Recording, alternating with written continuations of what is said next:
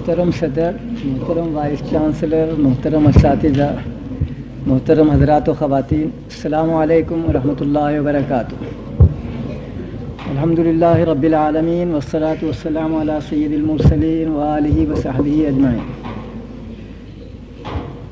میرے دل میں اس دعوت کا جو احساس ہے اور میری جو عزت افزائی کی گئی ہے اس کے اظہار کے لیے میرے پاس الفاظ نہیں۔ بہت عرصے سے تمنا تھی کہ میں بہاولپور دیکھوں، اور آج دیکھنے کے بعد الحمدللہ یہ محسوس کرتا ہوں کہ میری وہ تمنا بے سود بیکار نہیں تھی۔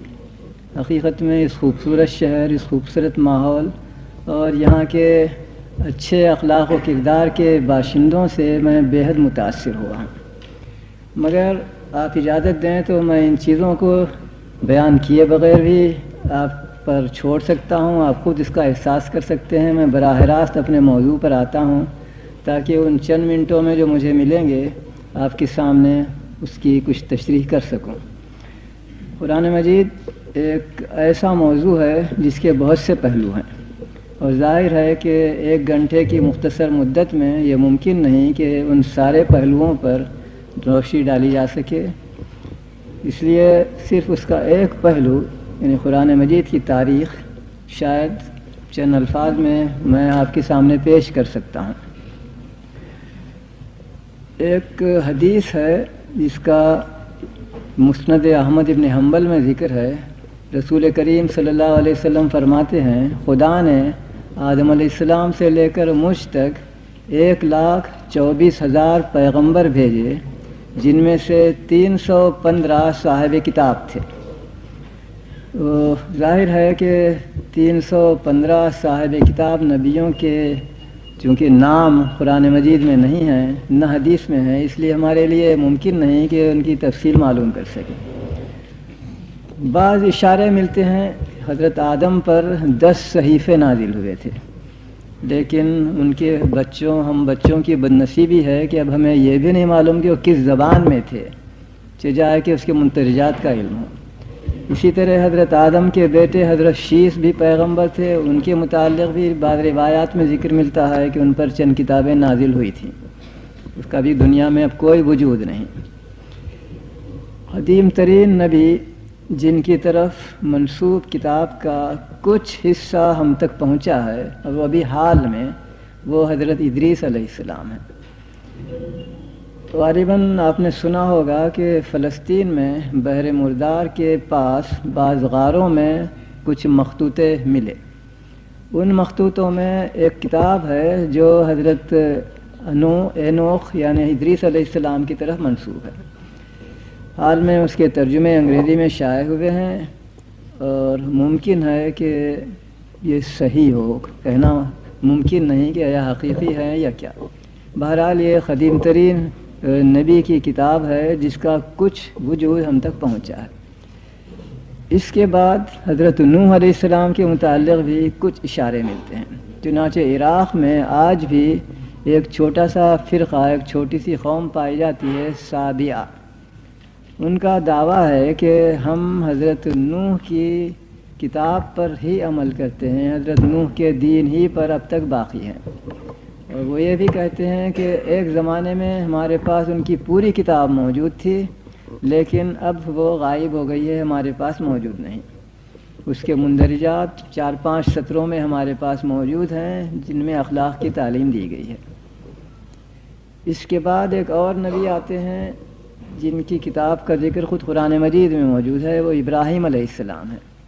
صحف ابراہیم و موسیٰ 2 مرتبہ قرآن مجید میں اس طرح کا ذکر آیا ہے، اور ان کی کتاب کے مندرجات بھی اسلامی ادبیات میں تو نہیں، لیکن یہودی اور عیسائی ادبیات میں چند سطروں کی حد تک محفوظ ملتے ہیں۔ میں ان تفصیلوں میں اس لیے نہیں جاتا ہوں کہ وقت بہت کم ہے۔ اسی طرح بعض ایسے انسان جن کو صراحت کے ساتھ نبی تو تسلیم نہیں کیا جا سکتا، لیکن جن کی نبوت ناممکن نہیں ہے، ان میں سے ایک شخصیت زردشت کی ہے۔ جس پر پارسی لوگ یا ان کو اپنا نبی مانتے ہیں، ان کی نبوت کا امکان میں اس بنا پر لیتا ہوں کہ قرآن مجید میں مجوس کی قوم کا ذکر آیا ہے۔ مجوسیوں کا مذہب زردشت کی لائی ہوئی کتاب اویستا پر مبنی ہے۔ اس کے متعلق ہمارے پاس کچھ معلومات ہیں اس وقت، اور وہ معلومات میں اس لیے اشارتاً بیان کرتا ہوں کہ قرآن مجید کا جب ہم اس کے ساتھ مقابلہ کریں تو یہ معلوم ہو کہ کس کو کیا برتری حاصل ہے۔ زردشت کی کتاب جس زبان میں تھی وہ زند کہلاتی تھی۔ کچھ عرصہ بعد ایران پر بعض دوسری قوموں کا حملہ ہوا، قبضہ ہوا، اور نئے فاتحوں کی زبان وہاں رائج ہوئی اور پرانی زبان وہاں سے ختم ہو گئی۔ نتیجہ یہ ہوا کہ زن زبان کے جاننے والے سوائے مٹھی بھر اہل علم متخصصین کے ملک میں کوئی نہ رہے۔ اس لیے زردشت کے دین کے علماء نے اس کتاب کا خلاصہ اور شرح کے طور پر کہ اصل کتاب مشکل تھی، اس نئی زبان میں لکھا جو پازند کہلاتی ہے۔ آج کل ہمارے پاس اس پازند نسخے کا 1/10 حصہ زیادہ سے زیادہ موجود ہوگا، باقی حصہ غائب ہو چکا ہے۔ اس 1/10 حصے میں بھی کچھ چیزیں عبادات کے متعلق ہیں، کچھ چیزیں دیگر احکام کے متعلق ہیں۔ بہرحال دنیا کا جو قدیم ترین دینی کتاب تھی، اور جس کو ہم اویستا کے نام سے معلوم کرتے ہیں، جانتے ہیں، وہ کامل طور پر ہم تک نہیں پہنچ سکی۔ صرف ایک چیز کا میں ذکر کروں گا اشارتاً۔ اس کتاب میں اویستا میں علاوہ اور چیزوں کے اس بات کا ذکر ہے کہ زردشت کے مطابق میں نے دین کو مکمل نہیں کیا، میرے بعد ایک اور نبی آئے گا جو اس کی تکمیل کرے گا، اور اس کا نام ہوگا رحمت للعالمین۔ محمد کا لفظ وہاں نہیں ہے صلی اللہ علیہ وسلم، لیکن رحمت للعالمین، ساری دنیاؤں کے لیے، ساری کائنات کے لیے رحمت، یہ لفظ اس نے استعمال کیا ہے۔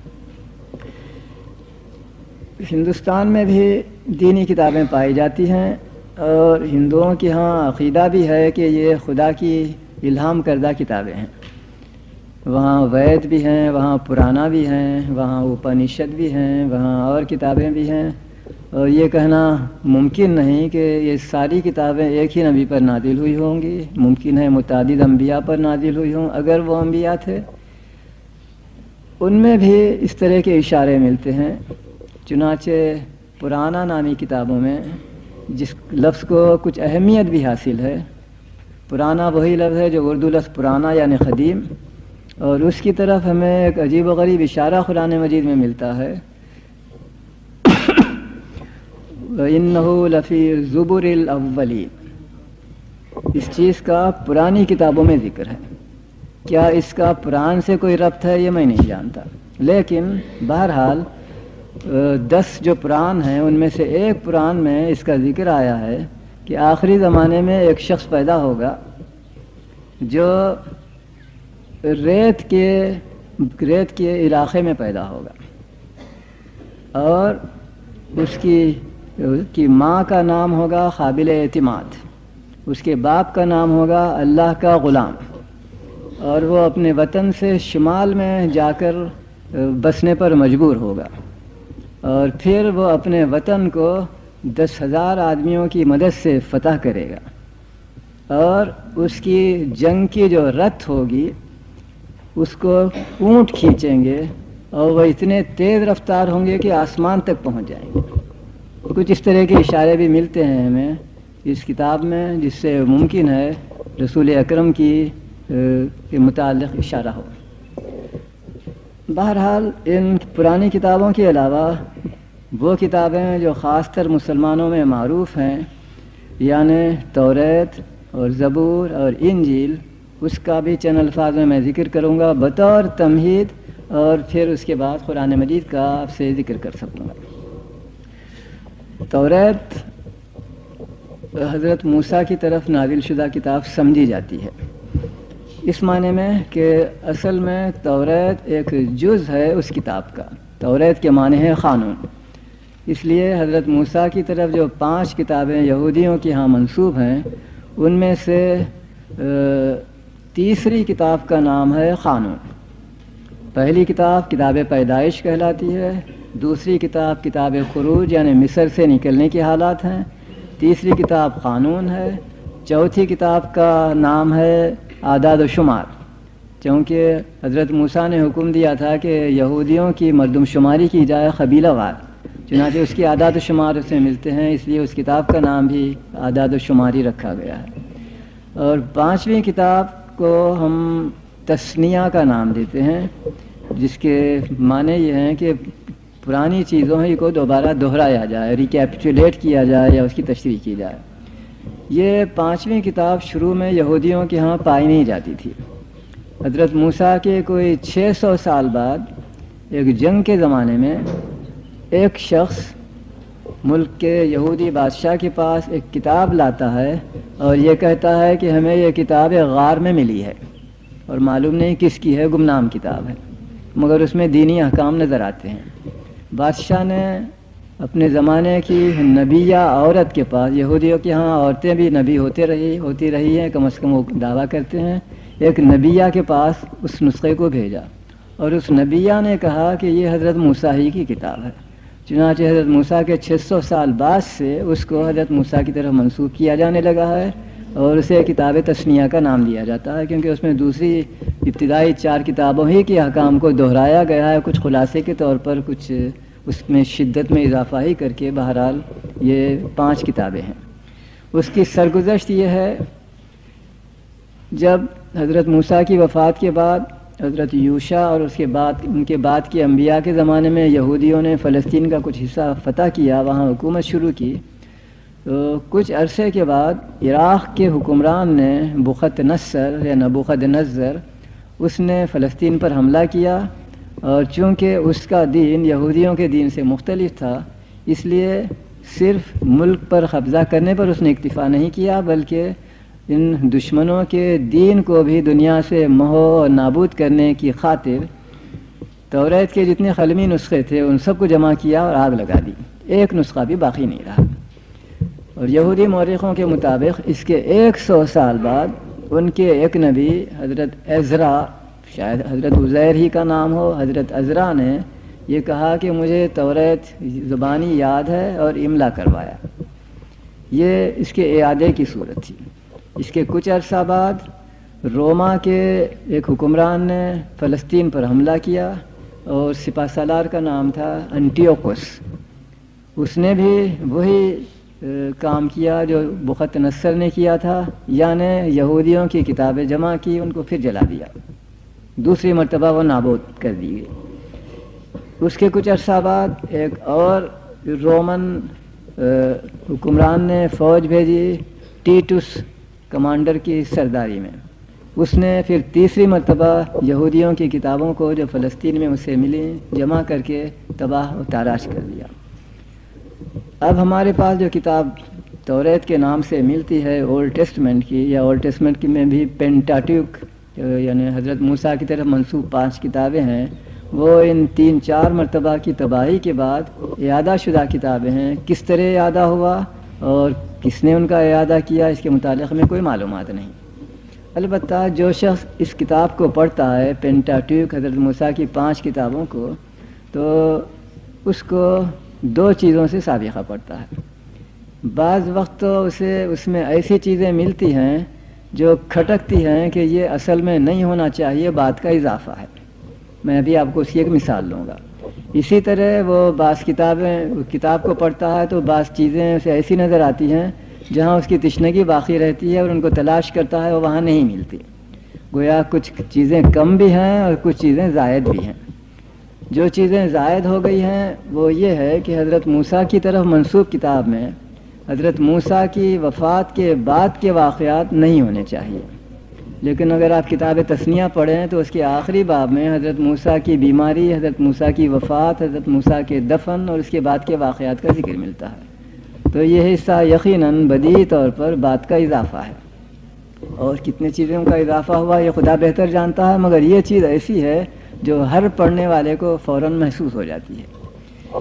اسی طرح جن چیزوں کی کمی نظر آتی ہے جن کو وہاں ہونا چاہیے وہ یہ ہے کہ کم از کم 20 مرتبہ پینٹاٹیوک میں اس طرح کے الفاظ آئے ہیں، اس قصے کی تفصیلیں یا اس حکم کی تفصیلیں فلاں باب میں ملیں گی۔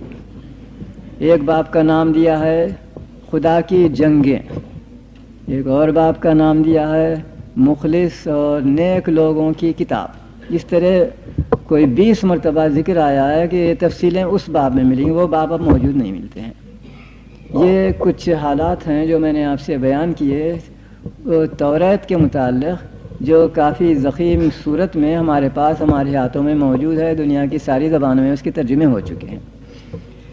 توریت کے بعد زبور کا نام مسلمانوں میں عام طور پر لیا جاتا ہے، اور ہمارا تصور یہ رہا ہے کہ وہ بھی توریت ہی کی طرح اور انجیل کی طرح کوئی مستقل کتاب ہوگی۔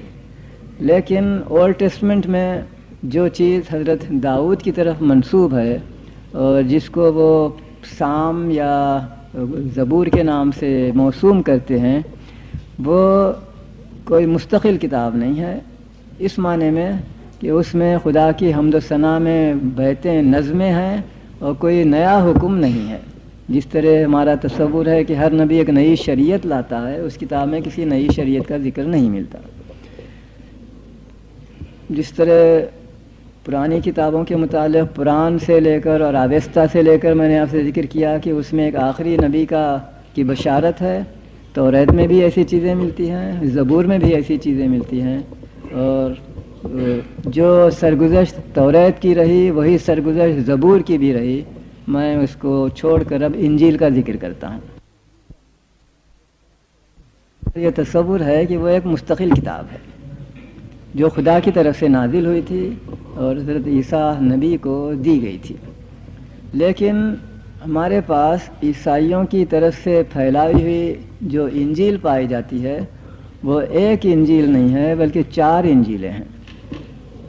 میتھیو اور مارک اور لیوک اور اس طرح 4 آدمیوں کی طرف منسوب کتابیں ہیں، اور یہ 4 کتابیں بھی گویا ساری انجیلیں نہیں ہیں، بلکہ عیسائی مورخوں کے مطابق 70 سے زیادہ انجیلیں پائی جاتی تھیں، جن میں سے ان 4 کو قابل اعتماد قرار دیا گیا ہے اور باقی کو اپوکریفل، مشتبہ اور شبہ سے بھری ہوئی قرار دیا گیا ہے۔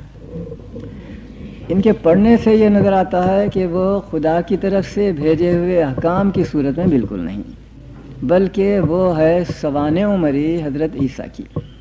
پہلے ایک شخص نے لکھا، پھر دوسرے نے، اسی کا دیکھا دیکھی تیسرے چوتھے نے، ہر شخص نے حضرت عیسیٰ کی سوانح عمری لکھی اور اس کو انجیل کا نام دیا۔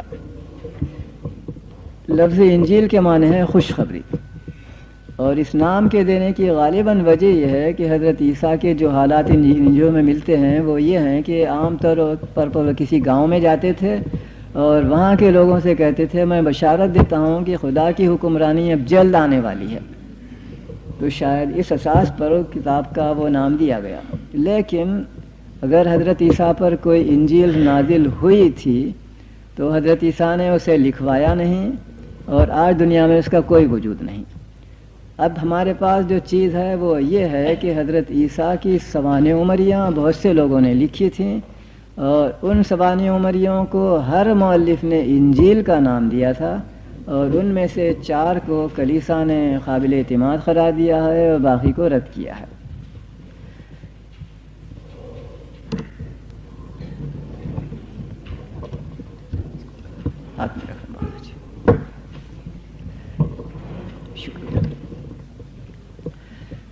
ان 4 انجیلوں کے انتخاب کے متعلق کسی کو کوئی علم نہیں ہے، کس نے انتخاب کیا، کب انتخاب کیا، کیوں انتخاب کیا، کس اساس پر انتخاب کیا، کسی کو کچھ معلوم نہیں۔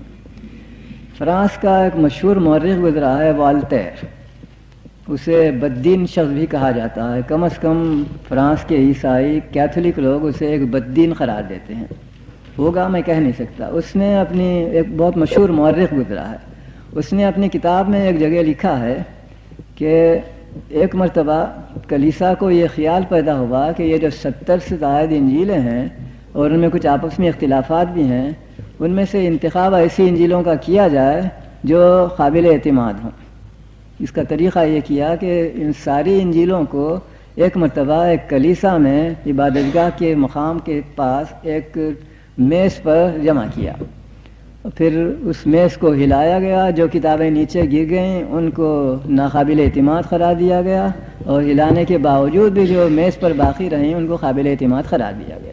یہ والٹیر کا بیان ہے، لیکن کس اساس پر اس نے یہ لکھا ہے یہ کہنا میرے لیے بہت دشوار ہے، اور ظاہر ہے کہ عیسائی لوگ اس کو رد کرتے ہیں، اور اس بیان کرنے والے شخص کو بھی رد کرتے ہیں کہ وہ بدمعاش تھا، جھوٹا تھا، فلاں۔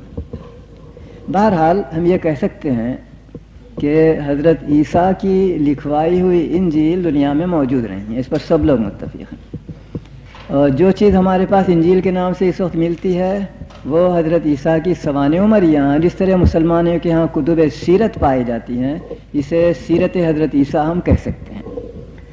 کبھی کبھی میں سوچتا ہوں کہ حضرت عیسیٰ نے اپنی انجیل اپنے پر نازل شدہ خدائی احکام کو کیوں نہیں لکھوایا؟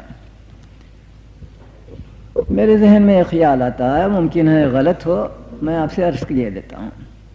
حضرت عیسیٰ نے دیکھا کہ ان سے پہلے کے نبی حضرت موسیٰ پر جو توریت نازل ہوئی تھی اس کی کیا درگت بنی ہے۔ دشمن حملہ کرتے ہیں، اس کی توہین کرتے ہیں، اسے جلاتے ہیں، غارت کرتے ہیں، نیست و نابود کر دیتے ہیں۔ غالباً انہوں نے سوچا کہ میری کتاب کا بھی وہی حشر نہ ہو، لہذا بہتر ہے کہ میں اسے لکھوایا ہی نہ جائے، لوگوں کو حفظ رہے، لوگوں کے ذہنوں میں رہے، اور عبادت گزار مومن لوگوں کے پاس وہ ادب سے اس کو یاد رکھیں گے، ادب سے اپنے بات کی نظروں تک پہنچائیں گے۔ شاید یہ تصور تھا جس کی بنا پر حضرت عیسیٰ نے انجیل کو لکھوایا ہی نہیں، اور اب حقیقتاً دنیا میں موجود بھی نہیں۔ دوسرا نظریہ میرا یہ ہے کہ خدا چونکہ ایک ازلی اور ابدی علم کی شخصیت ذات ہے، اس لیے یہ نہیں ہو سکتا کہ وہ حضرت آدم کو ایک حکم دے اور بعد کے نبی کو کوئی دوسرا حکم اس کے بالکل برعکس دے۔ یہ ہو سکتا ہے کہ ایک نبی کو کچھ احکام دے اور بعد کے نبی کو کچھ مزید احکام دیے جائیں، اضافے کے طور پر یہ ہو سکتا ہے۔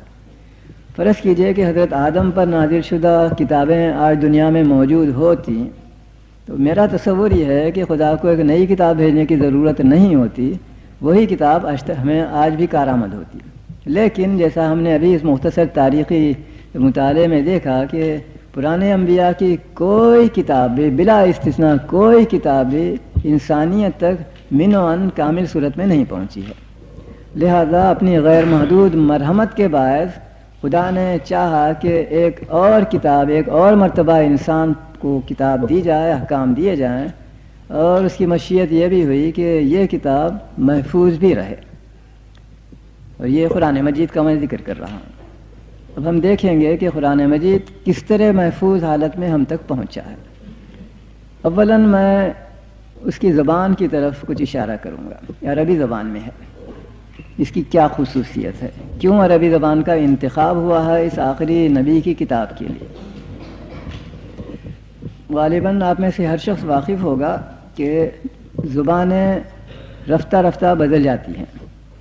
خود اردو زبان اب سے 500 سال پہلے کی کتاب اٹھائیے دیکھیے، مشکل سے ہم کو سمجھ میں آتی ہے۔ دنیا کی ساری زبانوں کا یہی حال ہے۔ انگریزی کی کہ 500 سال پہلے کا مؤلف چاسر گزرا ہے، چاسر کی کتاب کو آج لندن کا کوئی شخص سمجھ نہیں سکتا سوائے یونیورسٹی کے چند اسپیشلسٹ پروفیسروں کے۔ یہی حال دوسری قدیم اور جدید زبانوں کا ہے، یعنی وہ بدل جاتی ہیں، رفتہ رفتہ ناقابل فہم ہو جاتی ہیں۔ اگر آخری پیغام بھی خدا کا کسی ایسی ہی تبدیل ہونے والی زبان میں آتا تو پھر خدا کی مرحمت کا اختصاص یہ تھا کہ ہم 20ویں صدی کے لوگوں کو پھر ایک نئی کتاب دے تاکہ ہم اسے سمجھ سکیں، کیونکہ پرانی کتاب اب ناقابل فہم ہو گئی ہے۔ ان زبانوں میں اگر کسی زبان کو استثناء ہے کہ وہ نہیں بدلتی، وہ عربی زبان ہے۔ چنانچہ واقعہ یہ ہے کہ رسول کریم کے ہم اثر عربی یعنی قرآن مجید اور حدیث میں جو زبان استعمال ہوئی ہے، اور جو عربی آج ریڈیو پر آپ سنتے ہیں، جو عربی آج آپ عربی اخباروں میں پڑھتے ہیں، ان دونوں عربیوں میں نہ گرامر میں فرق ہے، نہ الفاظ کے معنی میں فرق ہے، نہ اسپیلنگ میں فرق ہے، اور نہ تلفظ پروننسیشن میں کوئی فرق ہے۔ اگر آج رسول کریم صلی اللہ علیہ وسلم زندہ ہوں اور میں ایک عرب کی حیثیت سے اپنی موجودہ عربی میں آپ سے گفتگو کروں، آپ اس کا ہر لفظ سمجھیں گے، اور رسول اللہ اگر مجھے جواب مرحمت فرمائیں تو آپ کا ہر لفظ میں سمجھ سکوں گا، کیونکہ ان دونوں زبانوں میں کوئی فرق نہیں۔ دوسرے الفاظ میں اس سے استنباط یہ کرتا ہوں کہ آخری نبی پر بھیجی ہوئی آخری کتاب ایسی زبان میں ہونی چاہیے جو غیر تبدل پذیر ہو، لہذا عربی کا انتخاب کیا گیا، جو ایسی زبان ہے جس میں علاوہ اور خصوصیتوں کی، اس کا ترنم اور اس کی فصاحت و بلاغت وغیرہ کے، یہ خصوصیت ایک ایسی چیز ہے جس کا ہم سب مشاہدہ کر سکتے ہیں کہ عربی زبان ایک غیر تبدل پذیر چیز ہے، اور اس کے لیے ہمیں عربوں کا شکر گزار بھی ہونا چاہیے کہ انہوں نے اپنے ڈائلیکٹس کو، اپنے مختلف علاقوں کی زبانوں کو زبان نہیں بنایا، اور اپنی علمی زبان، اپنی تحریری زبان وہی رکھی جو رسول اللہ کے زمانے سے چلی آ رہی ہے۔ جہاں تک قرآن مجید کا تعلق ہے، آپ سب واقف ہیں کہ وہ ایک دم ایک ساتھ نازل نہیں ہوا، جیسا کہ توریت کے متعلق یہودیوں کا بیان ہے کہ خدا نے تختیوں پر لکھ کر انہیں ایک مرتبہ دے دیا۔ اس کے برخلاف قرآن مجید 23 سال تک جستہ جستہ نجمن جیسا کہ ہمارے مؤلف کہتے ہیں نازل ہوتا رہا، اور اس کا مجموعہ ہے جو اب قرآن مجید کی صورت میں ہمارے پاس موجود ہے۔ اس کا آغاز ہوا سن 510 عیسوی میں، جب رسول کریم معتکف تھے، اعتکاف کیے ہوئے تھے غار حرا میں، اور وہاں جبریل آتے ہیں اور آپ تک خدا کا پیغام پہنچاتے ہیں، اور وہ پیغام بہت ہی اثر انداز پیغام ہے۔ رسول کریم ایک امی تھے جنہیں لکھنا پڑھنا نہیں آتا تھا۔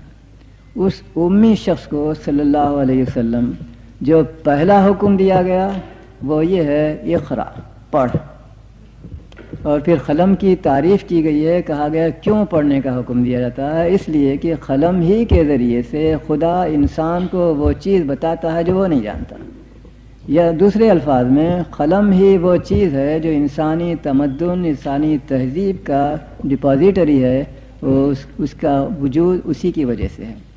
پرانی چیزوں کو محفوظ رکھا جائے، نئی چیزوں کا اضافہ کیا جائے، آنے والوں کو دیا جائے، آنے والے اس میں اپنی چیزوں کا اضافہ کرتے رہیں، یہی ہے انسانی تمدن اور انسانی تہذیب کا ارتقاء، اور اسی کی وجہ سے انسان کو دیگر حیوانات پر تفوق ملتا ہے۔ ورنہ آپ غور کریں کہ کوا اب سے 20 لاکھ سال پہلے مثلاً جس طرح گھونسلہ بناتا تھا آج بھی اسی طرح بناتا ہے، اس نے کوئی ترقی نہیں کی، اور انسان وہ جانور ہے جو اب چاند تک پہنچ چکا ہے۔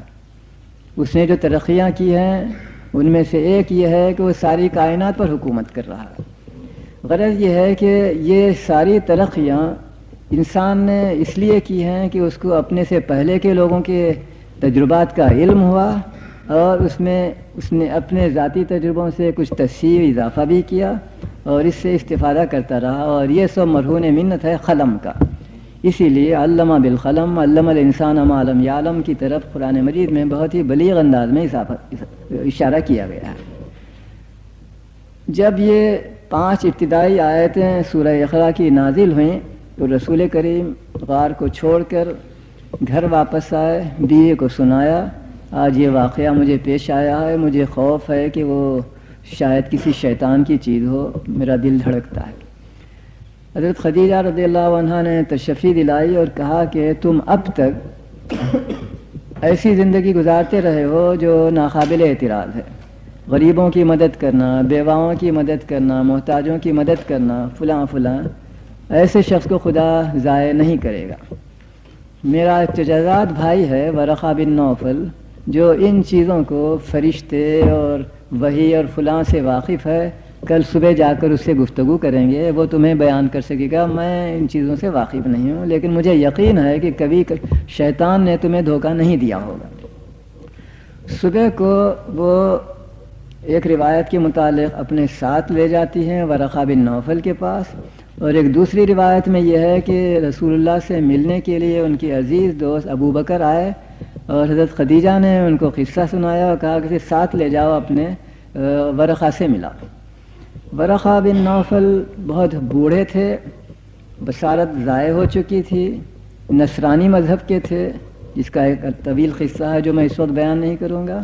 اور اس کے پاس جب رسول اللہ پہنچے اور قصہ سنایا تو ورقہ نے بے ساختہ یہ الفاظ نکالے زبان سے، اے محمد صلی اللہ علیہ وسلم، جو چیزیں تم نے ابھی بیان کی ہیں اگر وہ صحیح ہیں تو یہ ناموس موسیٰ سے مشابہ ہیں۔ ناموس کا لفظ عام طور پر اردو میں عزت نفس کے معنی میں مستعمل ہوتا ہے، ظاہر ہے وہ یہاں کام نہیں دے گا۔ حضرت موسیٰ کی عزت نفس سے مشابہ ہے، بے معنی چیز ہے۔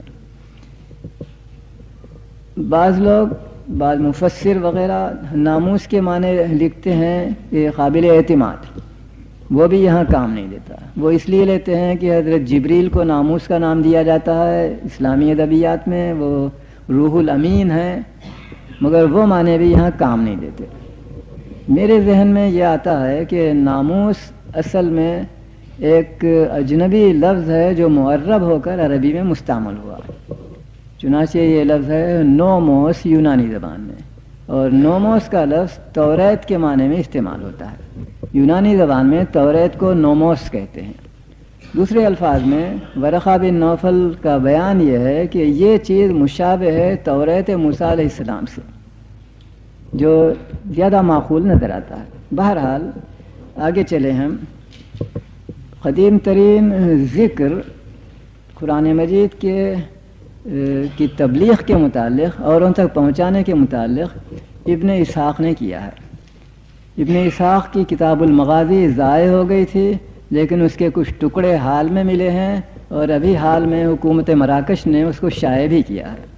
اس میں کوئی 1.5 سطری ایک روایت ہے جو بہت دلچسپ ہے، جس کو ابن ہشام نے اپنی سیرت النبی میں معلوم نہیں کس بنا پر سہون نہیں لیا، چھوڑ دیا ہے۔ اس کے الفاظ یہ ہیں: جب کبھی رسول اللہ پر قرآن مجید کی کوئی عبارت نازل ہوتی تو آپ سب سے پہلے اس کو مردوں کی جماعت میں تلاوت فرماتے، پھر اس کے بعد اسی عبارت کو عورتوں کی خصوصی محفل میں بھی سناتے۔ یہ اسلامی تعلیم کی تاریخ میں ایک بہت اہم واقعہ ہے کہ رسول اللہ کو عورت کی تعلیم سے بھی اتنی ہی دلچسپی تھی جتنی مردوں کی تعلیم سے۔ جیسے ہی قرآن مجید نازل ہوتا اس سے آگاہ کراتے آپ مردوں کو بھی اور عورتوں کو بھی۔ یہ گویا قدیم ترین اشارہ ہے جو ملتا ہے قرآن مجید کی تبلیغ کے متعلق، قرآن مجید سے اوروں کو واقف کرانے کے متعلق۔ اس کے بعد کیا پیش آیا یہ کہنا مشکل ہے، لیکن جلدی ہی ہمیں ایک نئی چیز کا پتہ چلتا ہے، وہ یہ کہ اس کو لکھوایا جائے، اور غالباً حفظ کرانا بھی اسی زمانے سے تعلق رکھتا ہے، یعنی بالکل ابتدائی زمانے سے، جب حضرت جبریل نے پہلی وحی کے موقع پر قرآن مجید کی ابتدائی 5 آیتیں سورہ اقرا کی پہنچائیں رسول اللہ تک، تو حدیث کے مطابق انہوں نے 2 کام اور کیے حضرت جبریل نے۔ ایک تو رسول اللہ کو وضو کرنا سکھایا کہ نماز کے لیے کس طرح اپنے آپ کو جسمانی طور پر پاک کریں، اور پھر نماز پڑھنے کا طریقہ بھی بتایا۔ چنانچہ خود جبریل امام بنے اور پیغمبر مقتدی کی حیثیت سے پیچھے رہ کر دیکھتے رہے کہ پہلے کیا کرنا چاہیے، کھڑے ہوں، پھر رکوع میں جائیں، پھر سجدہ کریں وغیرہ، تو نماز پڑھنے کا طریقہ سکھایا۔ تو ظاہر ہے کہ نماز میں قرآن مجید کی آیتیں پڑھی جاتی ہیں۔ تو ابتدائی زمانے ہی سے جب لوگ مسلمان ہونے لگے تو رسول اللہ نے انہیں حکم دیا ہوگا کہ قرآن مجید کو حفظ بھی کرو، اور روزانہ جتنی نمازیں پڑھنی ہیں ان نمازوں میں ان کا اعادہ بھی کرتے رہو۔ گویا 2 چیزیں ہمیں نظر آتی ہیں اس وقت: حفظ کرنا اور اس کو لکھنا۔ وہ اس لیے کہ آدمی کو کسی نئی چیز کے ازبر کرنے کے لیے کچھ وقت لگتا ہے، اس کے سامنے کوئی تحریری چیز ہو تو وہ اسی کو بار بار پڑھتا ہے اور بالآخر وہ حفظ ہو جاتا ہے۔ تو دوسرے الفاظ میں حفظ کرنا اور لکھنا دونوں ایک ہی زمانے کی چیزیں ہیں۔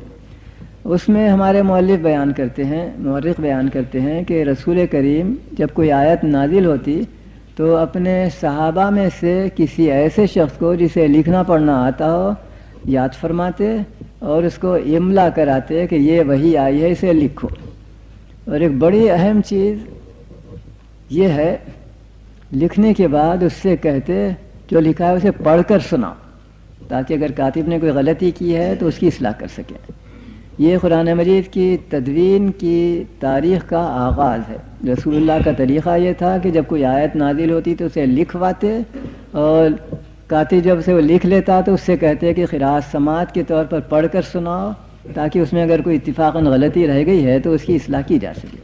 اور پھر اپنے صحابہ کو حکم دیتے کہ اسے ازبر کرو اور روزانہ 2 وقت نمازوں میں پڑھو، کیونکہ ابتداء سے 2 نمازیں تھیں اور معراج کے بعد سے 5 نمازیں ہوئیں، تو 2 کی جگہ 5 مرتبہ لوگ اس کو نماز میں دہرانے لگے، جس کا ایک عملی فائدہ یہ ہے کہ آدمی کا اگر حافظہ اچھا نہ ہو اور سال مہینے میں عید بقرعید میں 1 مرتبہ قرآن مجید کو حفظ سے پڑھے تو ممکن ہے بھول جائے، لیکن آدمی اگر 5 مرتبہ اسے روزانہ دہراتا رہے تو اس کا حفظ محفوظ رہے گا، وہ کبھی بھولے گا نہیں، تو یہ عملی فائدہ بھی نظر آتا ہے۔ بہرحال قرآن مجید کو لکھنا اور اسے حفظ کرنا اس کا رسول اللہ نے حکم دیا، اور اس سے پہلے کہ انبیاء میں ایسی کوئی چیز ہمیں نظر نہیں آتی۔ اس سے بڑھ کر ایک اور اہم کام پیش ہوا، وہ یہ کہ فرض کیجئے میرے پاس ایک تحریری نسخہ موجود ہے جس میں کچھ غلطیاں ہیں، کسی نہ کسی وجہ سے، کاتب کی غلطی سے یا کسی اور وجہ سے، اور اس غلط نسخے کو میں حفظ کر لیتا ہوں، تو ظاہر ہے کہ جس طرح اصل تحریری نسخہ غلط ہے اسی طرح میرا حفظ بھی غلط ہوگا۔ اس کی اصلاح کس طرح کی جائے، اس پر بھی رسول کریم صلی اللہ علیہ وسلم نے توجہ فرمائی اور کہا کہ مسلمان کو قرآن مجید کسی مستند استاد ہی سے پڑھنا چاہیے، یہ نہیں کہ قلمی نسخہ بازار سے خرید لیں یا مطبوعہ نسخہ اسے پڑھ لیں، یہ کافی نہیں ہے، اس کو مستند استاد سے پڑھنا چاہیے۔ اس کی کیا معنی ہے؟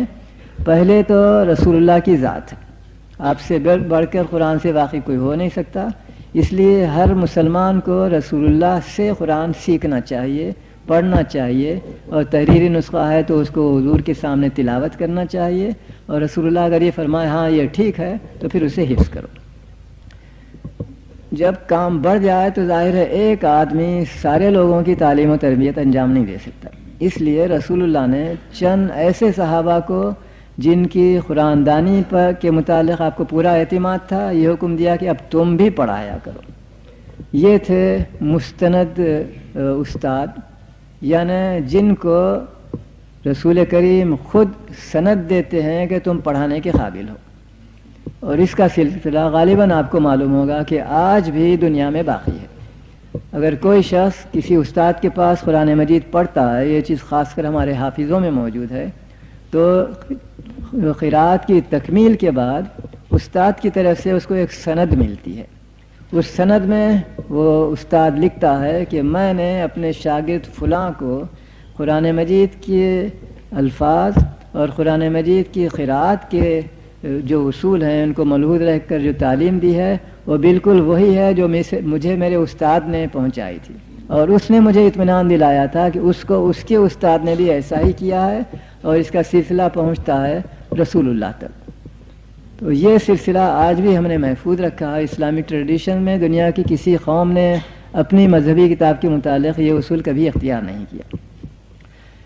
یہ چیزیں قرآن مجید کی تدوین کے سلسلے میں عہد نبوی میں پیش آئیں، مگر اسی پر اکتفا نہیں ہوتا، ایک اور چیز کی ضرورت تھی اور وہ شروع بھی ہوئی۔ قبل اس کے کہ میں اس کا ذکر کروں، قرآن مجید کے تحریری نسخوں کے متعلق بھی کچھ آپ سے اشارہ کرتا چلوں کہ کب سے اس کا پتہ چلتا ہے۔ غالباً نبوت کے 5ویں سال کا واقعہ ہے کہ حضرت عمر نے اسلام قبول کیا۔ ان کے واقعات سے آپ واقف ہوں گے، وہ رسول اللہ کے اس زمانے میں بہت سخت جانی دشمن تھے، اور ایک دن طے کر کے گھر سے نکلے کہ اب میں اس فتنے کا خاتمہ کروں، نعوذ باللہ، اور رسول اللہ کو قتل کر ڈالوں۔ راستے میں ان کا ایک رشتہ دار انہیں ملا جس نے اسلام تو قبول کر لیا تھا لیکن اسے چھپا رکھا تھا. اس نے حضرت عمر سے پوچھا کہ کہاں جا رہے ہو ہتھیار سے لیس. تو چونکہ رشتہ دار تھے حضرت عمر نے کہہ دیا ہاں میں محمد کو قتل کرنے جا رہا ہوں. اس نے ہنگامہ مچا رکھا ہے. اس رشتہ دار نے اس سے کہا اے عمر اپنے قبیلے کو بنی ہاشم کے زبردست طاقتور قبیلے سے جنگ میں مشغول کرانے سے پہلے اپنے گھر کی خبر لو. تمہاری بہن فاطمہ بھی مسلمان ہو چکی ہے, اس کا شوہر فلاں بھی مسلمان ہو چکا, پہلے اپنے گھر کی خبر لو, بعد میں دنیا کی اصلاح کرنا. وہ حیران ہوئے حضرت عمر اور سیدھا اپنے بہن کے گھر پر پہنچے اور دروازے کے پاس انہوں نے اندر سے کچھ آواز سنی جیسے کوئی شخص کچھ گا رہا ہے, کچھ چیز پڑھ رہا ہے. بہت زور سے دروازے کو ٹھونکا اور گھر کے اندر سے بہن نے نکلی, دروازہ کھولا اور یہ اندر پہنچے اور وہاں سخت کلامی سے گفتگو ہوئی. اس قصے سے آپ لوگ واقف ہیں, میں مختصراً ذکر کر رہا ہوں کہ بالآخر حضرت عمر نے اپنی بہن کو اس پر آمادہ کیا کہ جو چیز وہ پڑھ رہی تھی وہ ان کو دکھائے. اور اس نے آپ سے غسل کروانے کے بعد وہ چیز ان کو پیش کی. یہ تھے قرآن مجید کی چند صورتیں. ان کو پڑھ کر حضرت عمر متاثر ہوئے اور مسلمان ہوئے. اس قصے سے آپ لوگ واقف ہیں, لیکن میں اس کی طرف اشارہ اس لیے کر رہا ہوں کہ قرآن مجید کی کم از کم چند صورتوں کو تحریری حالت میں پایا جانا, اس کا ذکر سن 5 نبوی سے یا سن 8 قبل ہجرت سے چلتا ہے. اس کے بعد جس تحریری نسخے کا پتہ چلتا ہے وہ بھی دلچسپ ہے. یہ بیعت عقبہ کے زمانے کا ذکر ہے, غالباً بیعت عقبہ ثانیہ کا.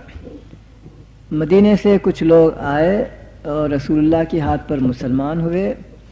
ان میں سے ایک شخص کو جو بنی زریق کا تھا, سمہودی نے صراحت سے لکھا ہے رسول اللہ نے قرآن مجید کا اس وقت تک نازل شدہ جتنی صورتیں تھیں ان کا ایک مکمل مجموعہ سپرد کیا, اور یہ صحابی مدینہ منورہ پہنچ کر اپنے قبیلے اپنے محلے کی مسجد میں اس کو بآواز بلند روز پڑھا کرتے تھے.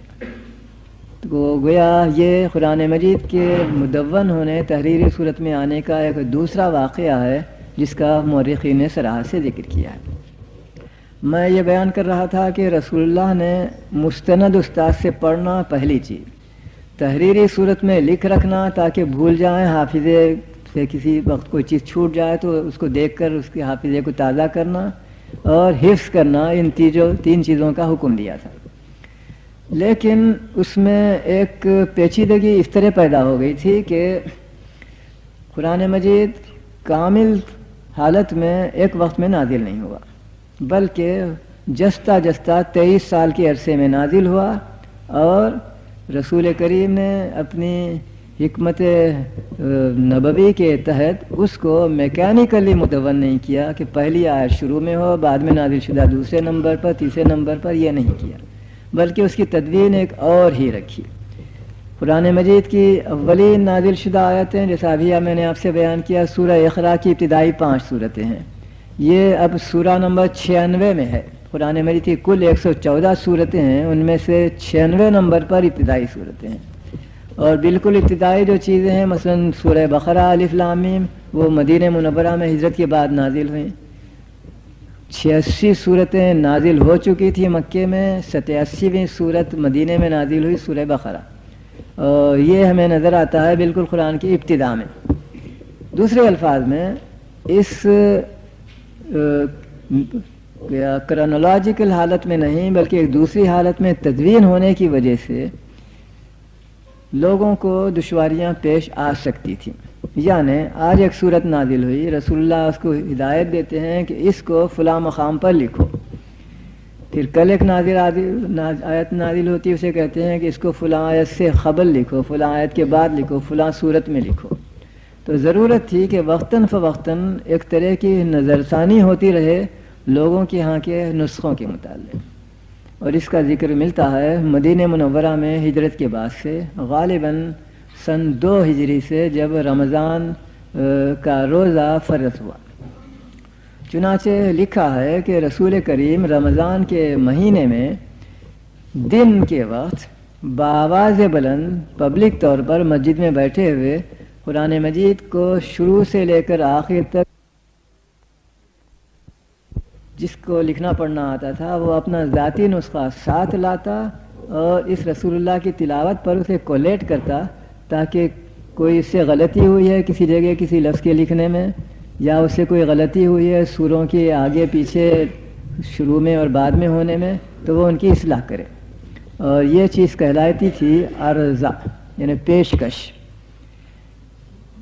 اور مورخین نے بخاری وغیرہ نے صراحت کی ہے کہ آخری سال گویا وفات سے چند مہینے پہلے جب رمضان کا مہینہ آیا تو اس سال رسول اللہ نے اس کو ایک نہیں 2 مرتبہ پورے کا پورا لوگوں کو سنایا، اور یہ بھی کہا جبریل نے مجھے اس کا حکم دیا ہے، میں سمجھتا ہوں کہ میری وفات اب قریب آ گئی ہے، لہذا قرآن مجید کے متعلق جبریل نے حکم دیا ہے کہ میں تمہیں 2 مرتبہ پڑھ کر سناؤں تاکہ کوئی غلطیاں ہوئی ہوں کسی سے تو وہ باقی نہ رہیں۔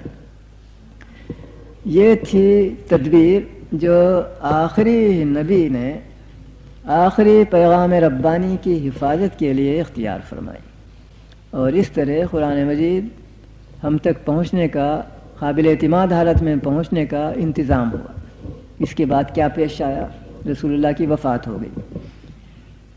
شروع میں کسی کی توجہ قرآن کی طرف مبذول نہیں ہوئی، لوگوں کے پاس موجود تھا، لوگ اس کا احترام کرتے تھے، لوگ اس کو نمازیں پڑھا کرتے تھے، لیکن ایک واقعہ پیش آیا جس نے مجبور کر دیا حکومت کو، اسلامی حکومت کو، خود مسلمانوں کو بھی کہ قرآن پر توجہ کریں، اس معنی میں کہ کوئی سرکاری نسخہ موجود نہیں تھا اور غالباً کسی ایک شخص کے پاس بھی کامل قرآن کریم موجود نہیں تھا، غالباً میں کہہ رہا ہوں۔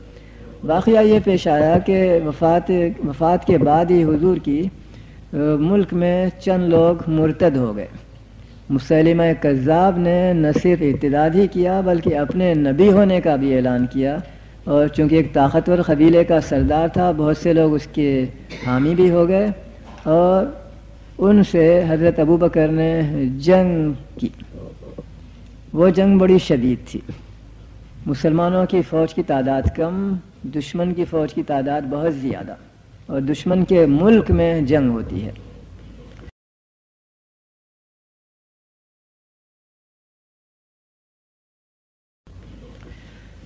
یہ نجد کا واقعہ ہے، یمامہ کے مقام پر جو جنگ ہوئی، میں جب وہاں گیا تھا تو وہاں کے لوگوں نے کہا کہ موجودہ شہر ریاض ہی کے مضافات کا واقعہ ہے۔ بہرحال یمامہ میں جنگ ہوئی تھی، اور اس جنگ میں مسلمانوں کی بہت سخت خون ریزی ہوئی، یعنی بے شمار مسلمان اسے مارے بھی گئے، اور ان شہید ہونے والوں میں چند ایسے لوگ بھی تھے جو قرآن مجید کے بہترین حافظ سمجھے جاتے تھے۔ جب فتح ہوئی اور اطلاع مدینے کو پہنچی تو مسلمانوں کو فتح پر خوشی تو ہوئی، لیکن بے شمار حافظ قرآن لوگوں کی اور اچھے اچھے مسلمانوں کی شہادت پر انتہائی رنج بھی ہوا۔ خیر، حضرت عمر نے اس سے یہ نتیجہ اخذ کیا کہ اگر حکومت قرآن مجید کے تحفظ پر توجہ نہ کرے اور حافظ قرآن رفتہ رفتہ یا جنگوں میں مارے جائیں یا طبی موت پر دنیا سے ختم ہو جائیں تو پھر قرآن مجید کے لیے بھی وہی دشواری پیش آئے گی جو پرانے انبیاء کی کتابوں کی ہے کہ وہ دنیا سے ضائع ہو جائے گا۔ اس لیے وہ دوڑے ہوئے حضرت ابوبکر کے پاس آئے اور کہا کہ اے امیر المومنین، آپ قرآن کے تحفظ پر توجہ فرمائیے۔ یمامہ کی جنگ میں 6000 حافظ مسلمان مارے گئے، ان میں بہت سے حافظ بھی تھے۔ حضرت عمر کا کہ اس استدعا تجویز پر حضرت ابوبکر کا جواب ایک نئے پہلو کا مظاہرہ کرتا ہے۔ وہ فدائے رسول تھے حضرت ابوبکر، ان کا جواب بھی ایسے ہی فدائے رسول کا جواب ہونا چاہیے، اور تھا۔ انہوں نے کہا، اے عمر، جو کام رسول اللہ نے نہیں کیا وہ میں کیسے کروں؟ تو حضرت عمر بحث حجت کرتے ہیں، اور بالآخر حضرت ابوبکر قائل تو ہو جاتے ہیں لیکن فیصلہ نہیں کرتے، کہتے ہیں اچھا یہ تمہاری رائے ہے، یہ میری رائے ہے، کسی تیسرے شخص کو ہم حکم بنائیں گے اور جو وہ فیصلہ کرے کثرت رائے کی بنا پر اس پر ہم عمل کریں گے۔ چنانچہ انہوں نے حضرت زید بن ثابت کو بلایا جو رسول اللہ کے کاتب وحی تھے، اور ان کو پورا قصہ سنایا کہ یمامہ کی جنگ میں مسلمان حافظ شہید ہوئے ہیں. حضرت عمر کا خیال ہے کہ قرآن مجید کو لکھوایا جائے سرکاری طور پر. میری رائے ہے کہ ایسا نہیں ہونا چاہیے. ہم نے تمہیں حکم بنایا, بتا تمہاری کیا رائے ہے. حضرت زید کا فوری جواب بھی وہی تھا جو حضرت ابوبکر کا, جو رسول اللہ نے نہیں کیا وہ ہم کیسے کریں. بحث ہوئی. بالآخر حضرت عمر نے ان سے کہا, اے زید اگر لکھیں تو اس میں حرج کیا ہے. تو حضرت زید کے الفاظ روایت میں ہیں, واقعی میرے پاس کوئی جواب نہیں تھا, اس میں کوئی حرج تو مجھے نظر نہیں آیا. ایک سینٹیمنٹل چیز ہے, رسول اللہ نے نہیں کیا ہم کیسے کریں, لیکن کریں تو اس میں کوئی امر مانے بھی نظر نہیں آتا. مگر وہ کہتے ہیں کہ جب حضرت ابوبکر نے مجھ سے کہا کہ اس کام کو میں انجام دوں تو میرے لیے اتنی مشکل چیز معلوم ہوئی کہ اگر مجھے جبل احد کو اٹھانے کا حکم دیا جاتا تو وہ میرے لیے آسان ہوتا قرآن مجید کی تدوین کے مقابلے میں. بہرحال وہ اسے قبول کرتے ہیں, اور حضرت ابوبکر کی احکام قابل ذکر ہیں کہ کس طرح قرآن کی تدوین کی جائے. انہوں نے شہر مدینہ میں ڈھنڈورا پٹوایا. جس شخص کے پاس قرآن مجید کی کوئی تحریری چیز موجود ہے, کوئی آیات, کوئی صورتیں, اور وہ رسول اللہ کے پاس عرضہ کے موقع پر جو تلاوت ہوتی تھی اس سے کولیشن کر کے تصحیح شدہ ہے, یا خود رسول اللہ سے پڑھا ہوا نسخہ ہے, وہ لا کر پیش کرے اس کمیشن کے پاس. کمیشن کے صدر حضرت زید بن ثابت ہیں, لیکن کئی اور مددگار بھی تھے جن میں حضرت عمر بھی شامل تھے. اور اس کمیشن کو حکم دیا گیا تھا کہ قرآن مجید کے جو نسخے پیش کیے جائیں, قابل اعتماد نسخے, عرضہ میں پیش کیے ہوئے نسخے, اگر کم سے کم 2 تحریری نسخے کسی چیز کو قرآنی آیت قرار دیں تو اس کو لکھا جائے, اور 2 سے کم تحریری شہادتیں ہوں تو اسے رد کر دیا جائے. میں سمجھتا ہوں ان چیزوں سے آپ واقف ہیں. بہرحال اس طرح قرآن مجید کی تدوین ہوئی حضرت ابوبکر کے زمانے میں, اور اس کو کاتب وحی زید بن ثابت کی نگرانی میں انجام دیا گیا. اور اس چیز کو نہ بھلائیے کہ رسول اللہ کی وفات پر کم سے کم 20-25 حافظ موجود تھے, کچھ انصار کے, کچھ مہاجرین کے, اور ان کو سارا قرآن مجید حفظ تھا, جن میں ایک عورت بھی تھی حضرت ورقہ, وہ بھی حافظ تھی, اور خود زید بن ثابت کمیشن کے صدر وہ بھی حافظ تھے.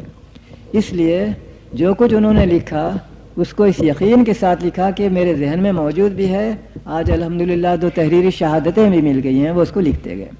اور راوی بیان کرتے ہیں کہ پورا قرآن مجید اس طرح لکھنے کے بعد ایک چھوٹی چیز کا میں ذکر کرتا چلوں. جب لوگ نسخہ لا کر پیش کرتے تھے تو حضرت عمر اسے قسم دیتے تھے, قسم کھا کر بیان کرو کہ یہ نسخہ جو تم پیش کر رہے ہو وہی ہے جو رسول اللہ کے سامنے اس کی تصحیح ہوئی ہے. جب وہ قسم کھا کر یقین دلاتے تو پھر اس سے استفادہ کیا جاتا, ان آیتوں کو نوٹ کیا جاتا تھا. جب پورا قرآن لکھا گیا تو حضرت زید کہتے ہیں میں نے اسے شروع سے آخر تک پڑھا, اس میں مجھے ایک آیت کم نظر آئی, میرے حفظ میں تو موجود تھی مگر اس تحریری نسخے میں موجود نہیں. چنانچہ میں نے شہر کی چکر لگائی, ہر گھر میں داخل ہوا. اولاً مہاجرین کے گھروں میں کسی کو وہ آیت یاد نہیں تھی, یا کم از کم اس کے پاس تحریری حالت میں موجود نہیں تھی. پھر انصار کے گھروں میں گیا, بالآخر ایک شخص کے پاس وہ نسخہ ملا تحریری صورت میں, اور یہ کہہ کر کہ وہ رسول اللہ کے سامنے پڑھا ہوا نسخہ ہے.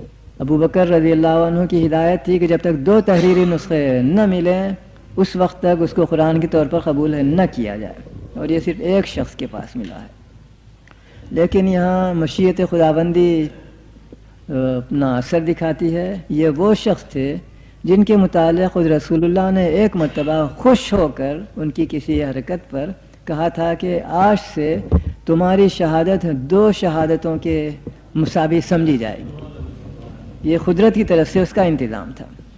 اس طرح اس آیت کو انہوں نے اس ایک شخص سے لے کر نقل کر دیا اور پھر اسے پڑھا. پھر ان کا بیان ہے میں اسے دوبارہ پڑھا, اس میں ایک اور آیت کی بھی کمی نظر آئی. ممکن ہے وہ ایک ہی واقعہ ہو یا اس آیت کے متعلق, بہرحال وہاں بھی یہی کہا جاتا ہے اسی نام والے ایک شخص کا انہوں نے وہ چیز بیان کی. میں یہ ذکر کرتا چلوں, فرض کیجئے کہ یہ آیتیں جن کے ہمارے پاس صراحت سے ذکر ہے کون سی آیتیں تھیں, اگر آج ہم اس کو قرآن سے خارج بھی کر دیں تو کوئی اہم چیز ضائع نہیں ہوتی. قرآن مجید کی جن آیتوں کی طرف یہ اشارہ ہے اس کا مفہوم قرآن مجید کی دوسری آیتوں میں بھی موجود ہے، لیکن بہرحال جس احتیاط سے قرآن مجید کی تدوین عمل میں آئی اس کا مقابلہ تاریخ عالم کی دینی کتابوں میں سے کوئی کتاب بھی نہیں کرتی۔ ایک چیز کی طرف میں آخر میں ذکر کروں، اس کے بعد یہ حقیر تقریر میں ختم کرتا ہوں۔ کچھ عرصے کا ذکر ہے، جرمنی کے عیسائی پادریوں نے یہ سوچا کہ حضرت عیسیٰ کے زمانے میں جو آرامی زبان کی انجیل تھی وہ تو اب موجود نہیں ہے۔ اس وقت قدیم ترین جو انجیل ہے وہ یونانی ہے، اور یونانی ہی سے دنیا کی ساری زبانوں میں اس کے ترجمے ہوئے ہیں۔ تو یونانی مخطوطوں کو جمع کیا جائے اور ان کا آپس میں مقابلہ کیا جائے۔ چنانچہ ٹکڑے کامل نسخے ساری دنیا سے جو انجیل کے یونانی زبان میں ہیں جمع کیے گئے اور ان کے ایک ایک لفظ کا کولیشن کیا گیا، اس کی رپورٹ شائع ہوئی۔ اس کے الفاظ ٹیکسچولی یہ ہیں، کوئی 2 لاکھ اختلاف روایات ملتے ہیں، سم 200,000 ویریئنٹس پائے جاتے ہیں، اور پھر اس کے بعد یہ جملہ ہے ان میں سے 1/7 اہم ہے۔ یہ ہے انجیل کا قصہ۔ غالباً اس رپورٹ کی اشاعت کے بعد کچھ لوگوں کو حسد ہوا قرآن کے متعلق، چنانچہ جرمنی ہی میں میونک یونیورسٹی میں ایک ادارہ قائم کیا گیا، انسٹیٹیوٹ فور قرآن فورشنگ، قرآن مجید کی تحقیقات کا ادارہ یونیورسٹی میں ایک انسٹیٹیوشن کے طور پر قائم کیا گیا۔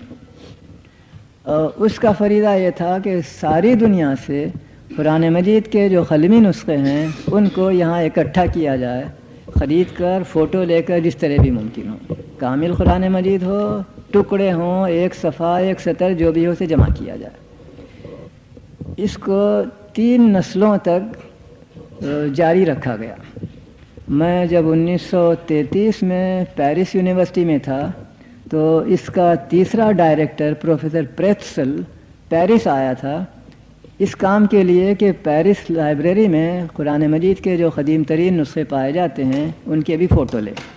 چنانچہ پیرس کے جنرل لائبریری میں ایسے قرآن مجید ہیں جو 2 صدی ہجری کے کہے جاتے ہیں، تو وہاں آیا تھا، اس نے ان کے فوٹو بھی لیے۔ اس نے مجھ سے شخصاً بیان کیا کہ اس وقت یعنی 1933 کی بات ہے، اس وقت ہمارے انسٹیٹیوٹ میں 42,000 قرآن مجید کے مخطوطوں کے فوٹو موجود ہیں، اور کولیشن کا کام ہمارے پاس جاری ہے۔ دوسری جنگ عظیم میں اس ادارے پر ایک امریکی بم گرا، کتب خانے کا پرسونل، کتب خانے کی عمارت، کتب خانے کی لائبریری سارا ضائع ہو گیا، اس سے ایک سوئی بھی باقی نہ رہی۔ لیکن اس واقعے کے کچھ پہلے، جنگ کے شروع ہونے سے کچھ ہی پہلے، ایک عارضی رپورٹ، پروویژنل رپورٹ شائع ہوئی۔ اس رپورٹ کے الفاظ یہ ہیں کہ قرآن مجید کے نسخوں میں مقابلہ کرنے کا جو کام ہم نے شروع کیا ہے وہ ابھی مکمل تو نہیں ہوا، لیکن اب تک جو نتیجہ نکلا ہے وہ یہ ہے کہ ان نسخوں میں کبھی کہیں کہیں کاتب کی غلطیاں تو ملتی ہیں لیکن اختلاف روایات ایک بھی نہیں ملتا۔ ان دونوں میں فرق یہ ہے، کاتب کی غلطی ایک نسخوں میں ہوگی، وہ کئی نسخوں میں نہیں ہوگی۔ مثلا فرض کیجئے بسم اللہ الرحیم، اللہ کا لفظ وہاں نہیں ہے، بسم اللہ الرحمن الرحیم کی جگہ بسم الرحمن الرحیم مثلا ہے، صرف ایک نسخے میں، باقی کسی نسخے میں ایسا نہیں ہے، سب میں بسم اللہ الرحمن الرحیم ہے، تو اس کو ہم کاتب کی غلطی قرار دیں گے۔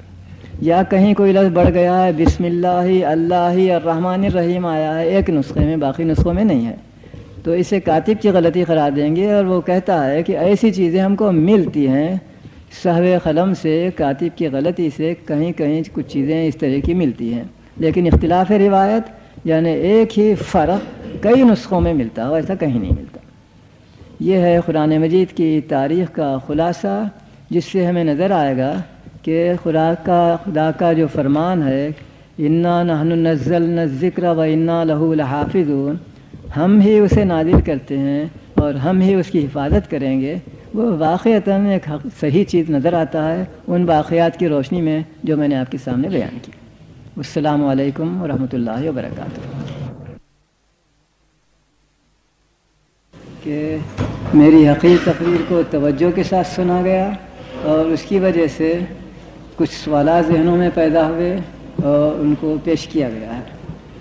میں کوشش کروں گا کہ اپنی ناچیز قابلیت کے مطابق ذہن کے میں جو جواب آئے گا وہ آپ سے عرض کروں.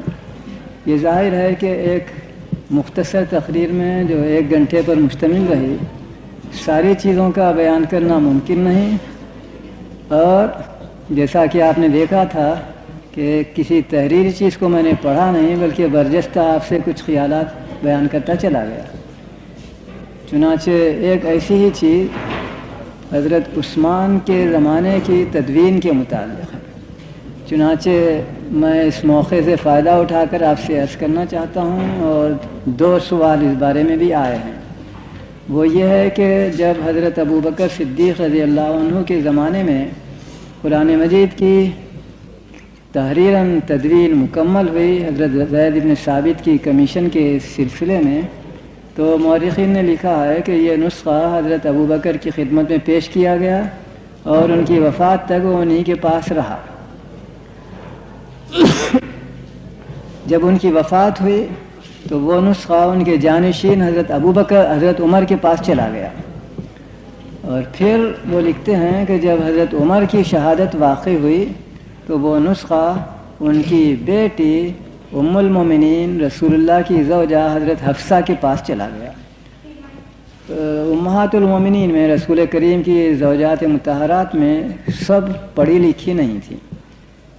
بعض کو صرف پڑھنا آتا تھا، بعض کو لکھنا اور پڑھنا دونوں آتا تھا، اور بعض امی تھیں.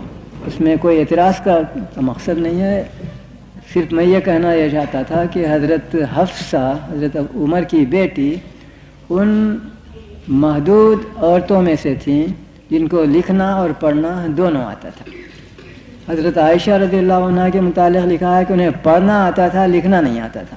جو بھی ہو، بہرحال جب حضرت عمر کی وفات کے بعد حضرت ابوبکر کے لیے تیار شدہ نسخہ حضرت حفصہ کے قبضے میں چلا گیا، غالباً ان کی ذاتی شخصیت اور وجاہت کی بنا پر حضرت عمر کے جانشین حضرت عثمان نے مناسب نہیں سمجھا کہ وہ نسخہ ان سے لے لیں. رسول اللہ کی بیوی کے پاس ہے، انہی کے پاس رہنے دیا، خاص کر اس لیے کہ حضرت عثمان خود حافظ قرآن تھے، ان کے پاس ان کا اپنا نسخہ تھا، انہیں ضرورت بھی محسوس نہیں ہوئی کہ اس نسخے کو حاصل کریں. لیکن ایک واقعہ پیش آیا جس کی بنا پر ضرورت پیش آئی کہ وہ نسخہ دوبارہ خلیفے کے پاس لایا جائے اور اس سے استفادہ کیا جائے. وہ واقعہ یہ ہے کہ حضرت عمر کے زمانے میں جو غیر معمولی تیز فتوحات ہوئیں 4 دانگے عالم میں، تو بہت سے لوگوں کو جو دنیا طلب ہوتے ہیں اپرچونزم کے تحت اس کا خیال آیا کہ ہم بھی اپنے آپ کو مسلمان بنا لیں، لیکن حقیقت میں وہ مسلمان نہیں تھے، منافق تھے. چنانچہ اس کی پتہ چلتا ہے کہ بہت سے تو میں نہیں کہتا، بس ایسے لوگ تھے جو ظاہر تو اپنے کو مسلمان کہتے تھے، حقیقت میں اسلام کے دشمن ہی رہے. اور ان کی کوششیں تھیں کہ اسلام کو اندر سے ٹھیس لگائی جائے.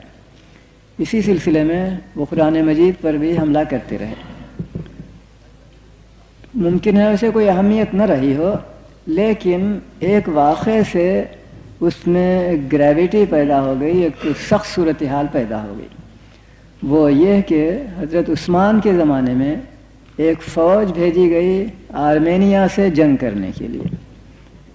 آرمینیا کا تصور غالباً آپ کے ذہن میں نہ ہوگا. یوں سمجھیے کہ شمالی ترکی، جہاں آج کل ارزروم شہر ہے اور ایرانی سرحد کا علاقہ ہے، اس علاقے میں ارمنی رہتے تھے، وہ علاقہ آرمینیا کہلاتا تھا.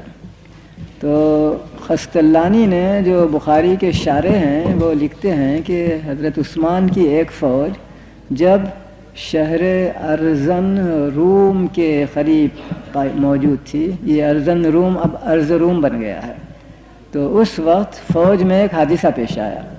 وہ یہ تھا کہ امام میں اور مقتدیوں میں بعض آیتوں کی قراءت میں جھگڑا ہوا۔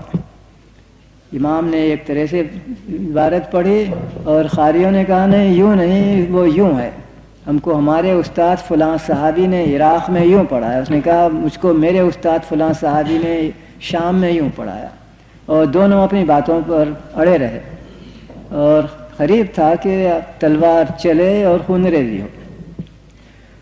فوج کے کمانڈر ان چیف نے بہت ہی تدبر کے ساتھ اس کو ٹھنڈا کیا۔ جب وہ فوج مدینہ واپس آئی تو کمانڈر ان چیف نے حضرت حذیفہ ابن الیمان رضی اللہ عنہ نے گھر جا کر بیوی بچوں کو دیکھنے، ان کی خیریت پوچھنے سے بھی پہلے سیدھا خلیفے کے پاس پہنچتے ہیں اور کہتے ہیں یا امیر المومنین، امت محمد کی خبر لیجیے۔ تو ڈرامیٹک انداز میں انہوں نے پیش کیا، رسول اللہ کی امت کی خبر لیجیے۔ ان کا کیا واقعہ پیش آیا تو انہوں نے ایک قصہ سنایا۔ اس پر حضرت عثمان میں ممکن ہے اور چیزیں نہ ہوں، لیکن ایک چیز تھی، وہ یہ ہے کہ کوئی کام ان کے ذہن میں آتا، فیصلہ کرتے تو فوراً اس کی تعمیل کرتے۔ جیسے ہی ان کے سامنے یہ صورتحال لائی گئی تو انہوں نے کہا کہ اس کی اصلاح ہونی چاہیے، اور فوراً حضرت حفصہ رضی اللہ عنہ کے پاس ایک آدمی کو بھیجا کہ تمہارے پاس جو نسخہ ہے حضرت ابوبکر کے لیے تیار شدہ، وہ مجھے مستعار دو، استفادہ کرنے کے بعد میں تمہیں واپس کر دوں گا۔ وہ نسخہ ان کے پاس آیا تو اب انہوں نے پرانے کاتب وحی حضرت زید بن ثابت ہی کے سپرد دوبارہ کیا حضرت عثمان کے لیے تیار شدہ نسخہ، یہ کہہ کر کہ اس کی نقلیں تیار کرو اور ان نقلوں کا مقابلہ کر کے، نظر ثانی کر کے، کولیٹ کر کے، اس میں اگر کوئی غلطیاں کتابت کی رہ گئی ہوں تو ان کی اصلاح کرو، اور اس کی سخت ضرورت فلاں وجہ سے پیش آئی ہے۔ اور انہیں ایک دوسری ہدایت دی، وہ ہدایت یہ تھی کہ قرآن مجید چونکہ عربی زبان کی پہلی کتاب ہے، اس لیے ابتدائی زمانے میں عربی خط میں کچھ خامیاں ہو سکتی ہیں، پائنیئر ورک تھا، اس لیے حضرت عثمان نے ہدایت دی کہ اگر املا میں تلفظ کی ضرورتوں کے لحاظ سے کچھ ترمیم کی ضرورت محسوس ہو تو ضرور کرو۔ اور یہ کہا کہ عربی زبان مختلف علاقوں میں کچھ فرق بھی رکھتی ہے، قبیلہ نشت کے لوگ الگ طور سے کوئی لفظ ادا کرتے ہیں، مدینے کے لوگ اور فلاں کے لوگ اور، اس لیے اگر کسی لفظ میں اختلاف پایا جاتا ہے تلفظ کے سلسلے میں تو مکہ معظمہ کی ڈیالیکٹ کے مطابق، مکہ معظمہ کے تلفظ کے مطابق قرآن مجید کو لکھو۔ چنانچہ حضرت زید بن ثابت دوبارہ اس پرانے نسخے کو سامنے رکھ کر نقل کرنا شروع کرتے ہیں اپنے چند مددگاروں کی مدد سے۔ اور حضرت عثمان نے یہ بھی ہدایت دی تھی کہ اگر اس تمہارے جو کمیشن ہے اس میں آپس میں اختلاف نہ ہو تو مسئلہ میرے پاس بھیجو، میں خود اس کا فیصلہ کروں گا۔ بدقسمتی سے وہ واقعہ جو عرض روم میں پیش آیا تھا کہ فلاں آیت کے متعلق یا فلاں لفظ کے متعلق فوج میں جھگڑا ہوا، جھڑپ ہوئی، کوئی تفصیلیں نہیں ملتی کہ کیا لفظ تھا، مجبوری ہے، اسے ہم حل نہیں کر سکتے۔ البتہ یہ دوسری چیز کہ تلفظ کے متعلق قبائلی ڈیالیکٹس میں اختلاف ہو، ایسی ایک مثال جہاں تک مجھے حفظ میں ہے پیش آئی۔ قرآن مجید میں تابوت کا ایک لفظ آیا ہے جس کے معنی صندوق کے ہوتے ہیں۔ حضرت موسیٰ کی چیزیں بعد کے زمانے میں ایک نبی کے ہاں تھی، ایک تابوت میں رکھی ہوئی، تو اس کا تلفظ مدینہ منورہ کے ڈیالیکٹ میں تابوہ ہوتا تھا، آخر میں ہے کے ساتھ، اور مکہ معظمہ کے لوگ اسے تابوت تے کے ساتھ پڑھتے تھے۔ اس پر کمیشن کے ارکان متفق نہیں ہو سکے، یہ چیز حضرت عثمان کے پاس پہنچائی گئی۔ حضرت عثمان نے کہا تابوت بڑی تے کے ساتھ لکھو۔ کوئی بڑی اہمیت کی چیز نہیں، لیکن میں تفصیلیں اس لیے دے رہا ہوں یہ معلوم ہو جائے کہ حضرت عثمان کے زمانے میں قرآن مجید کی جو کہتے ہیں تدوین ہوئی، اس کی حقیقت کیا ہے۔ حقیقت صرف اس قدر ہے کہ حضرت ابوبکر کے زمانے کے قرآن کی نقلیں کی گئیں اور املا میں ریٹچز کر کے کہیں کہیں کچھ ترمیم کی گئی۔ لفظ کی آواز کو نہیں بدلا گیا، لیکن اس آواز کو کس طرح لکھیں املا میں کچھ فرق کیا گیا۔ اس کے بعد اس کے ایک روایت میں 4 نسخے اور ایک روایت میں 7 نسخے تیار کیے گئے، اور حضرت عثمان کے زمانے میں جو معیار تھا علمی دیانتداری کا، اس کے تحت انہوں نے حکم دیا کہ ان 7 نسخوں کو ایک کے بعد ایک پبلک طور پر مسجد نبوی میں ایک شخص بآواز بلند شروع سے لے کر آخر تک الحمدللہ رب العالمین سے لے کر والناس تک پڑھیں، تاکہ کسی شخص کو بھی یہ شبہ نہ رہے کہ حضرت عثمان نے قرآن میں کہیں تبدیلی کی ہے، کہیں اپنے مفاخر کا اضافہ کر دیا، کہیں دوسری کی چیزیں کر دی. ایسی نہیں ہے، نہ کوئی اضافہ کیا گیا ہے، نہ کوئی اس میں کمی کی گئی ہے، من و ان اس کو نقل کیا گیا ہے. جب یہ سارے نسخے اس طرح پڑھے گئے اور کافی سب کو اطمینان ہو گیا کہ نسخے صحیح ہیں، تو حضرت عثمان نے اسے اپنے وسیع امپائر کے، اگر یہ لفظ میں استعمال کر سکوں، مختلف صوبوں کے صدر مقاموں پر وہ نسخے بھیجے. حضرت عثمان کے زمانے کی اسلامی سلطنت کی وسعت کا اندازہ اس سے لگائیے. سن 27 ہجری میں رسول کریم کی وفات کے 15 ہی سال بعد اسلامی فوج ایک طرف یورپ میں داخل ہو جاتی ہے، اسپین میں، اور دوسری طرف دریائے جیہون کو عبور کر کے ماوراء النہر میں چین میں داخل ہو جاتی ہے. 3 بر اعظموں پر اسلامی سلطنت پھیل جاتی ہے، یورپ، ایشیا اور افریقہ.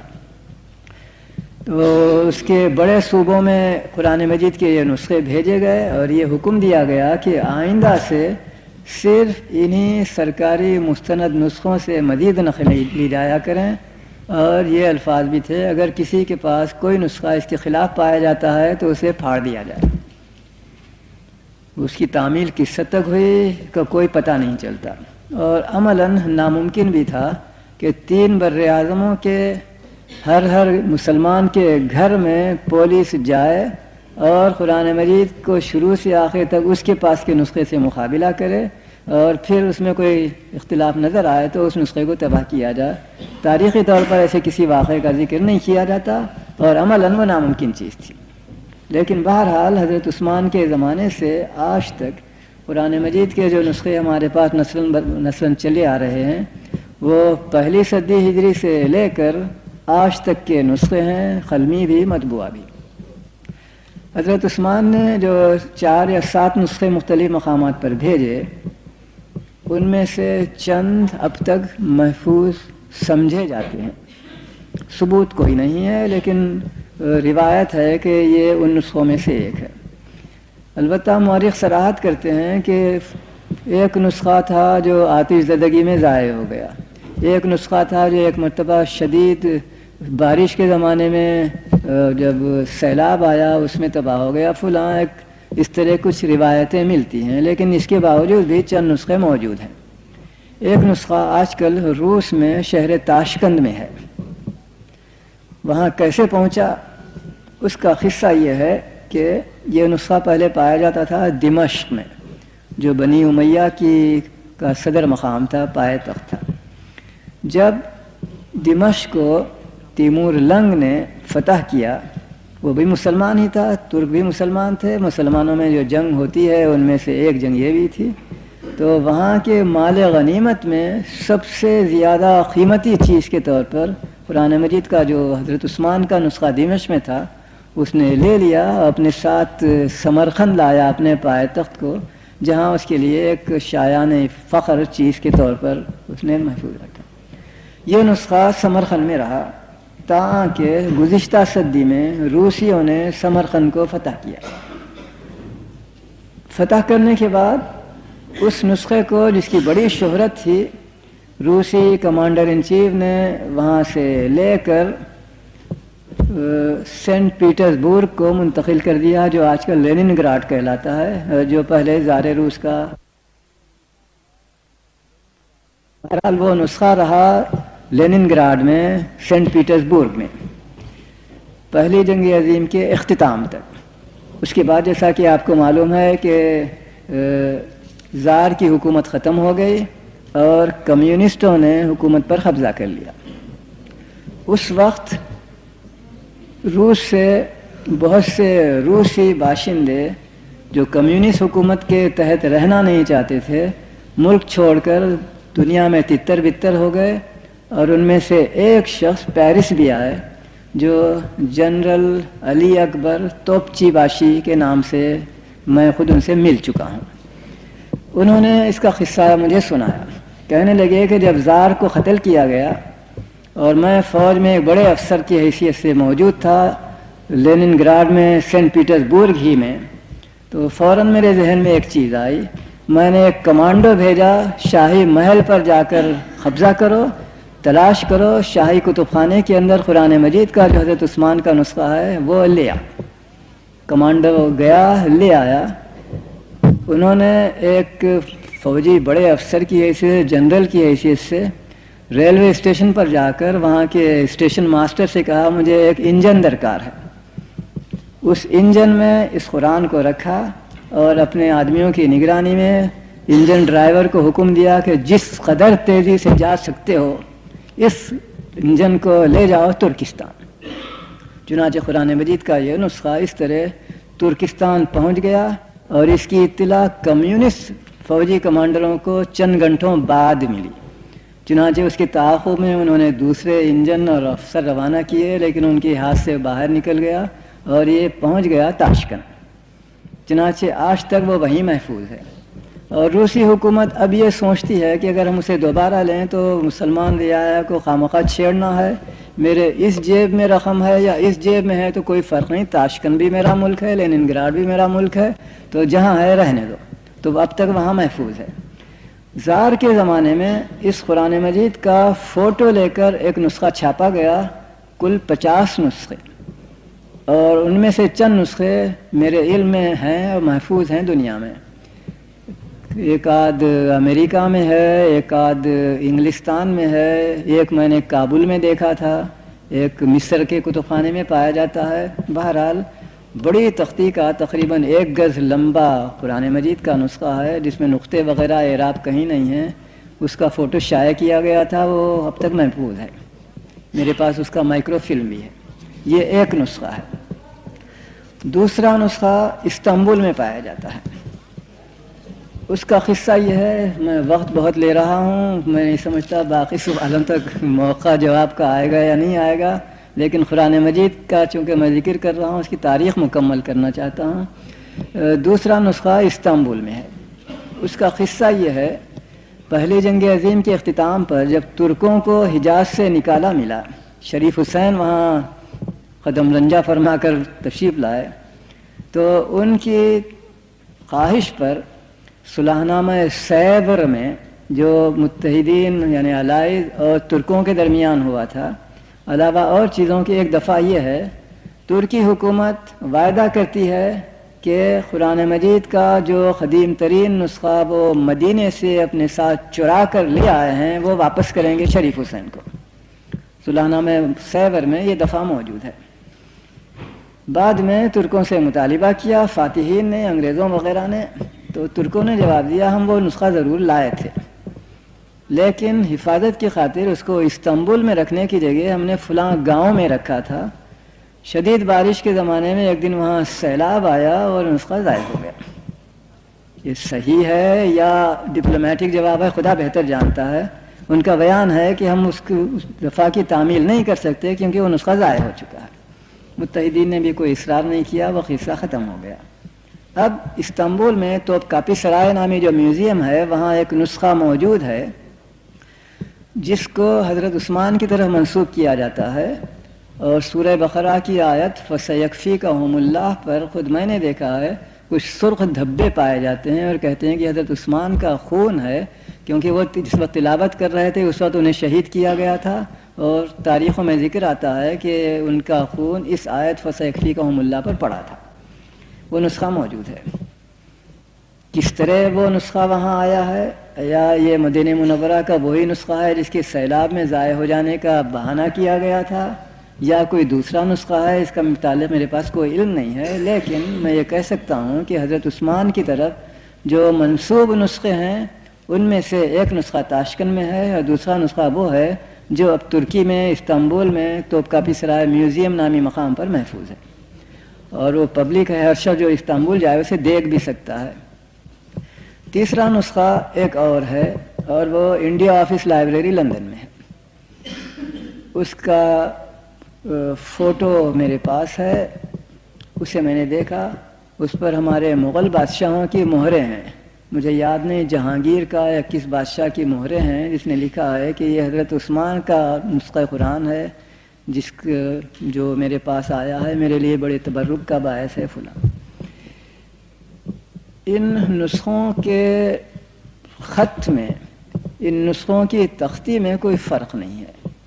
ایسا معلوم ہوتا ہے کہ وہ ہم اثر تھے اور جھلی پر ہیں، کاغذ بھی نہیں ہے۔ ممکن ہے حضرت عثمان ہی کے نسخے ہوں، ممکن ہے اس زمانے میں یا اس کی کچھ ہی بعد لکھے ہوئے نسخے ہوں۔ بہرحال یہ چیز ہمارے لیے قابل مسرت، قابل فخر، قابل اطمینان ہے کہ ان نسخوں میں اور موجودہ مستعملہ نسخوں میں باہم کہیں بھی کوئی فرق نہیں پایا جاتا۔ یہ حضرت عثمان کے قرآن کے متعلق دریافت کا جواب ہے کہ حضرت عثمان کو جامع القرآن جو کہا جاتا ہے، اس کے معنی یہ نہیں ہے کہ انہوں نے قرآن کو جمع کیا ہو۔ اس کی تعویل ہمارے مورخوں نے یہ کی ہے کہ انہوں نے مسلمانوں کو ایک ہی قرآن پر جمع کیا، جو اختلاف لوگوں میں پایا جاتا تھا اس سے ان کو بچانے کے لیے مکہ معظمہ کی ڈیالیکٹ والے قرآن کو انہوں نے نافذ کیا، اور یہ کہا کہ رسول اللہ نے اگر اجازت دی تھی کہ مختلف قبائل کے لوگ مختلف انداز میں مختلف الفاظ کو پڑھیں تو اب اس کی ضرورت باقی نہیں رہی، کیونکہ مکہ معظمہ کی عربی اب ساری دنیا اسلام میں نافذ ہو چکی ہے، رائج ہو چکی ہے، مستعمل ہے، لہذا اب ان اختلافات کی ضرورت نہیں۔ اس طرح حضرت عثمان نے مسلمانوں کو ایک قرآن پر جمع کر دیا۔ خدا ان کی روح پر اپنے برکات نازل فرمائے۔ معلوم ایسا ہوتا ہے کہ رسول کریم صلی اللہ علیہ وسلم نے خود ان الفاظ کی کبھی تشریح نہیں فرمائی۔ میں پھر دہراتا ہوں، معلوم ہوتا ہے کہ رسول اللہ نے تشریح نہ فرمائی۔ اس بنا پر میں یہ رائے رکھتا ہوں کہ اگر رسول اللہ نے خود اس کی تشریح فرما دی ہوتی تو بعد میں کسی کو جرأت نہیں ہوتی کہ اس کے خلاف کوئی رائے دے۔ اب صورتحال یہ ہے کہ کم سے کم 60-70 آراء پائی جاتی ہیں۔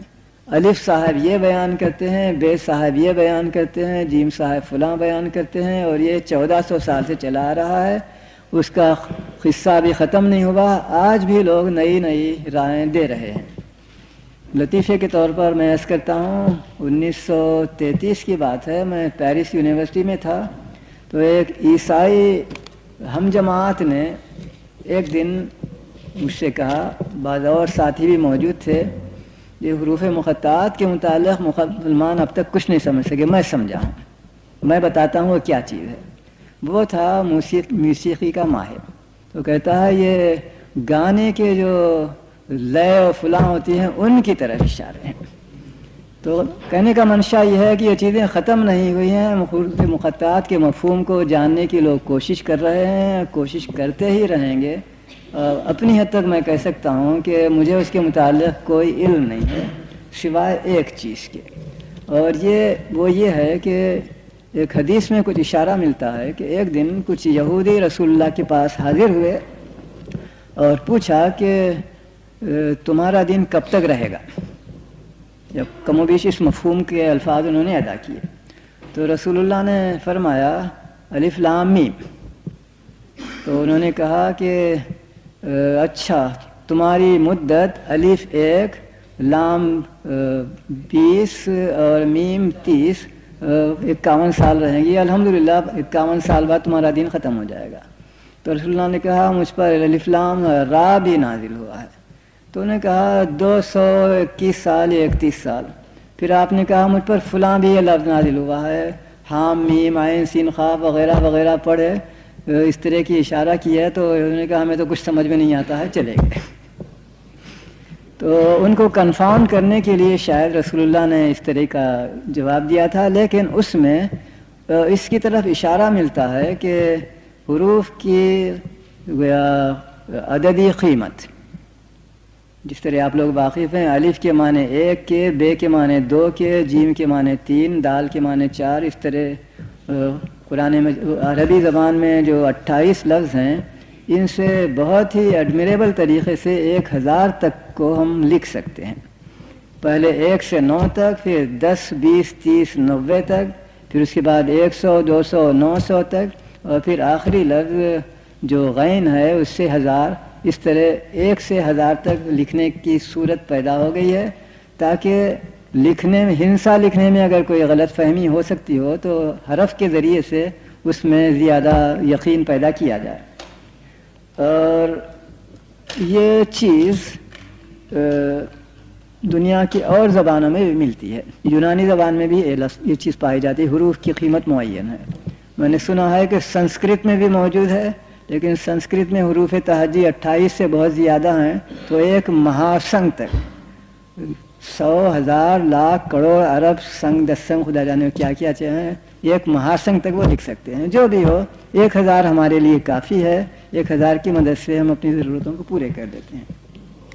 یہ تھا حروف مقطعات کے متعلق میرے معلومات کا خلاصہ، اور میں معذرت چاہتا ہوں کہ اس سے زیادہ میں آپ کو کوئی اور جواب دے نہیں سکتا۔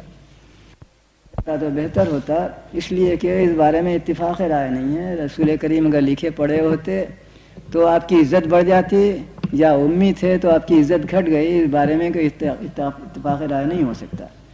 باقی خود قرآن مجید خود کہتا ہے میں انسان کی چیز نہیں ہوں، میں خدا کا کلام ہوں، فرشتے اس کے شاہد ہیں، خدا شہادت دیتا ہے کہ یہ خدا کا کلام ہے، اور لا یاتی الباطل من بین یدیہ ولا من خلفہ، اس میں کوئی اضافہ نہیں کر سکتا، اس میں کوئی ترمیم نہیں کر سکتا۔ اور اس نے ایک چیلنج بھی دیا ہے جو میری دانش میں اس کے خدائی ہونے کا ثبوت ہے۔ وہ چیلنج یہ ہے کہ قرآن جیسی ایک سورت، یعنی 3 آیتیں کم از کم، قرآن جیسی 10 سورتیں، قرآن جیسا ایک قرآن لکھنے کی کوشش کرو، دنیا کے سارے انسان، سارے جنات کی مدد کے ساتھ بھی، اور تم نہیں لکھ سکو گے۔ یہ قرآن کا چیلنج تھا، اور اس قرآن کے چیلنج پر آج تک بھی 1400 سال کے بعد کسی نے کوئی ایسا جواب نہیں دیا جسے لوگ قبول کر سکیں۔ تو میں سمجھتا ہوں کہ ان حالات میں یہ کہنا کہ قرآن مجید کسی انسان کی تصنیف ہو تو اس کی عزت بڑھ جائے گی، میرے نزدیک کوئی یقینی چیز نہیں ہے، شخصی طور پر مجھے اس سے اتفاق نہیں ہے۔ ایک دوسرا سوال ہے، آپ نے فرمایا کہ اگر کوئی آیت قرآن مجید سے نکال دی جائے تو کوئی حرج نہیں واقع ہوگا کہ اس قسم کی دوسری آیات موجود ہیں جس سے اس کا مفہوم ادا ہو سکتا ہے، اس کمی بیشی کے امکان کی ضرورت کیوں محسوس کی گئی؟ میرے مفہوم کو شاید میں نے ٹھیک طور سے ادا نہیں کیا، بہرحال آپ نے پوری طرح سے اسے سمجھا نہیں۔ میں یہ نہیں کہتا کہ قرآن مجید کی کوئی آیتیں نکال لی جائیں، میں نے صرف یہ کہا کہ اگر قرآن مجید کی جن آیتوں کے متعلق یہ روایت آئی ہے کہ وہ 2 تحریری صورتوں میں نہیں ملیں، ان میں حقیقتاً کوئی ایسی مہم چیز نہیں ہے کہ اگر وہ اتفاقاً نکال بھی دی جائے تو اس سے قرآن کی جو تعلیم، جو اسلام آیا ہے، اس میں تبدیلی ہو۔ مثلاً فرض کیجئے ایک آیت میں یہ ذکر ہے کہ اللہ کے سوا کوئی خدا نہیں ہے، فرض کیجئے یہ آیت نہ ہوتی تو اس کا امکان تھا کہ اسلام موجود نہ رہ سکے اور وہ مثلاً شرک اور الحاد یا فلاں فلاں بن جائے۔ جن آیتوں کی طرف اشارہ ہوا ہے اس روایت میں، اس میں ایسی کوئی چیز نہیں ہے۔ لَقَدْ جَاءَكُمْ رَسُولٌ مِّنْ أَنفُسِكُمْ عَزِيزٌ عَلَيْهِ مَا عَنِتُّمْ حَرِيصٌ عَلَيْكُمْ بِالْمُؤْمِنِينَ رَءُوفٌ رَحِيمٌ فَإِن تَوَلَّوْا فَقُلْ حَسْبِيَ اللَّهُ۔ کس طرح حل کیا جائے؟ غالباً صرف یہ کہا جا سکتا ہے کہ شان نزول کے متعلق ہی نہیں، اور چیزوں کے متعلق بھی اگر احادیث میں اختلاف پایا جاتا ہے تو جس طرح ہم اس کو حل کرتے ہیں اسی طرح اس کو بھی حل کیا جائے گا۔ اولاً یہ دیکھیں گے کہ یا یہ روایت صحیح ہے یا وہ روایت صحیح ہے، اس کے راوی زیادہ قابل اعتماد ہیں یا اس کے راوی زیادہ قابل اعتماد ہیں۔ کچھ اس طرح کا جو طریقہ حدیثوں کی عام اختلافات کو رفع کرنے کے متعلق ہے وہی اس کے متعلق بھی استعمال کیا جا سکے گا۔ اور میں سمجھتا ہوں کہ شان نزول کے متعلق جو اختلافات ہیں انہیں کوئی بڑی اہمیت بھی نہیں ہے، اس معنی میں فرض کیجئے کہ ایک راوی یہ کہتا ہے کہ اقرا بسم ربک کی آیتوں کے بعد سب سے پہلے سورہ قلم نازل ہوا، دوسرے کہتے ہیں نہیں سورہ فلاں نازل ہوا، تو اسے کوئی خاص بڑی اہمیت میری دانش میں نہیں ہے، اور یہ صحابہ کی واقفیت کا مظاہرہ ہوتا ہے، انہیں جیسا یاد رہا انہوں نے اس طرح بیان کر دیا تھا۔ اس کے متعلق حقیقت میں نے کبھی غور کیا نہیں، مطالعہ کیا نہیں، اسی لیے اسی پر اکتفا کرتا ہوں۔ ایک سوال ہے، ام ورقہ کون تھی؟ کیا صرف وہ حافظہ تھیں یا جناب ام سلمہ اور عائشہ بھی حافظہ تھیں؟ حضرت ام ورقہ ایک انصاری عورت تھی، بہت قدیم مسلمان شدہ۔ چنانچہ لکھا ہے کہ جب جنگ بدر میں سن 2 ہجری میں رسول اللہ مدینے سے روانہ ہوئے تو انہوں نے اپنی خدمات پیش کی، یا رسول اللہ مجھے بھی ساتھ لے چلو، میں اسلام کے دشمنوں سے جنگ کرنا چاہتی ہوں۔